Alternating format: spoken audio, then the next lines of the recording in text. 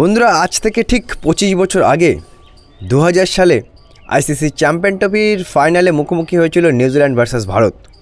সে সময় ভারতের ক্যাপ্টেন ছিল আমাদের সৌরভ গাঙ্গুলি ও নিউজিল্যান্ডের ক্যাপ্টেন ছিল বর্তমানে চেন্নাই সুপার কিংয়ের কোচ স্টিভেন ফ্লেমিং। সেই সময় কিন্তু স্টিভেন ফ্লেমিং নিউজিল্যান্ড ভারতকে হারিয়ে আইসিসি চ্যাম্পিয়ন ট্রফি জিতেছিল। আবারও একবার 25 বছর পর সেই ভারত বনাম নিউজিল্যান্ড মুখোমুখি চ্যাম্পিয়ন ট্রফির ফাইনালে। কিন্তু এবার ভারতীয় দলের ক্যাপ্টেন রোহিত শর্মা ও নিউজিল্যান্ডের ক্যাপ্টেন মিচেল সান্তনার। গতকাল সাউথ আফ্রিকাকে একতরফাভাবে হারিয়ে দিয়ে নিউজিল্যান্ড যোগ্য দল হিসেবে ফাইনালে পৌঁছে গেল। তারা আজকে দুবাইতে চলে যাবে, হাতে মাত্র 3 দিন সময় আছে। আগামী সামনে রবিবারে কিন্তু বিগ ফাইনাল বন্ধুরা। রেকর্ডটা কিন্তু অন্য কথাই বলছি বন্ধুরা। হ্যাঁ, জানছি যে লিগ ম্যাচে আমরা নিউজিল্যান্ডকে হারিয়ে দিয়েছি, কিন্তু নিউজিল্যান্ড একটা ম্যাচ অলরেডি খেলে ফেলেছে। যদি সাউথ আফ্রিকা ফাইনালে উঠতো তাহলে কিন্তু তারা প্রথমবার দুবাইতে খেলতো, তাদের জন্য কিন্তু অনেক কঠিন থাকতো।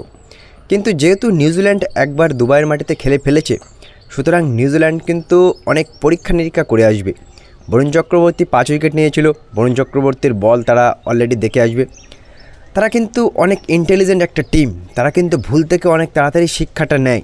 তাদের টিমের যে লড়াকু মনোভাব, এটা কিন্তু বন্ধুরা অনেকখানি কি ভালো লাগে। বেটার ক্রিকেট তারা খেলে অন্যান্য দলের থেকেও।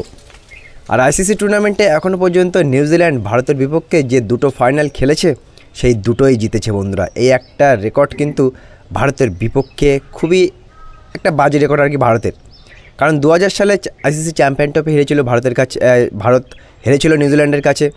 2021 সালে আইসিসি টেস্ট চ্যাম্পিয়নশিপ ফাইনালও কিন্তু নিউজিল্যান্ডের কাছে হেরেছিল। নিউজিল্যান্ড এর আগে চারটে ফাইনাল আইসিসি টুর্নামেন্টের ফাইনাল অন্য দলের সাথে খেলেছিল, একটাও জিততে পারেনি। কিন্তু যে দুটো টুর্নামেন্টে নিউজিল্যান্ড ভারতের সাথে ফাইনাল খেলেছে সেই দুটো টুর্নামেন্টে কিন্তু জিতেছে। সুতরাং গ্রুপ এ থেকে ভারত নিউজিল্যান্ডের ফাইনাল অনেকখানি কিন্তু বন্ধুরা হাই ভোল্টেজ ম্যাচ হতে যাচ্ছে। কোনো প্রকারে যে ভারত টানা 4টে ম্যাচ জিতেছে, নিউজিল্যান্ড ভারতের সাথে একটা ম্যাচ হেরেছে, সুতরাং আমরা ভারতকে অনেক এগিয়ে রাখবো, নিউজিল্যান্ডকে পাত্তাই দেবো না, এমনটা কিন্তু আমার মনে হচ্ছে না বন্ধুরা। নিউজিল্যান্ড অনেক শক্তিশালী একটা দল। তাদের ফিল্ডিংটা দেখো, তাদের ব্যাটিংটা দেখো, তাদের বোলিংটা দেখো, সব দিক থেকে কিন্তু বেস্ট টিম হিসেবে একটু অর্ধেক চাপ তো থাকবেই বন্ধুরা। আইসিসি টুর্নামেন্ট হয়তো অনেকখানি কি প্লেয়ারের পরবর্তীকালে থাকবে না, হয়তো কে জানে রোহিত শর্মাও না খেলতে পারে, হয়তো হুট করে বিরাট কোহলিও অবসর নিতে পারে। কিন্তু এই চ্যাম্পিয়ন ট্রফিটা আমাদের যে করে হোক জিততে হবে ভাই, যে করে হোক আমাদের ভালো ক্রিকেটটা খেলে নিউজিল্যান্ডকে আরও একবার হারাতে হবে। প্রত্যাশা আশা সবই থাকলেও একটু অর্ধেক মনের ভেতর ভয় কিন্তু থেকেই যায়। তার কারণ যোগ্য ও বেস্ট টিম হিসেবে নিউজিল্যান্ডই আবারও আমাদের প্রতিপক্ষ, আর আইসিসির রেকর্ডটা কিন্তু অন্যরকমই বলে। বন্ধুরা, ভয় কি তোমাদের একটু অর্ধেক মনে লাগছে? দেখো, ভয় লাগতেই পারে, লাগবেই, এটাই স্বাভাবিক। তার কারণ আইসিসি কোনো একটা টুর্নামেন্টের ফাইনাল খেলছে ভারত। আশা প্রত্যাশা ভারতের প্রতি অনেক বেশি, ভালো করবে।